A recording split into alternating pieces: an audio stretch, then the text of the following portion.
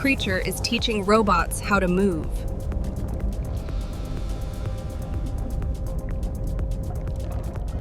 An octopus can fit through any hole bigger than its beak. Its arms contain no bones, only flexible muscle that can twist, grip, stretch, and feel. Traditional robots are stiff, fragile, and dangerous around humans. Scientists copied octopus arms to build soft robots that can handle delicate surgery, disaster rescue, and deep-sea exploration. Soon, these robots will operate inside the human body, explore ocean trenches, and build structures in space. The future of robotics is soft.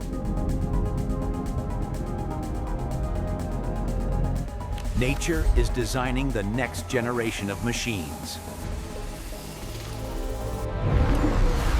Follow to see what scientists copy next.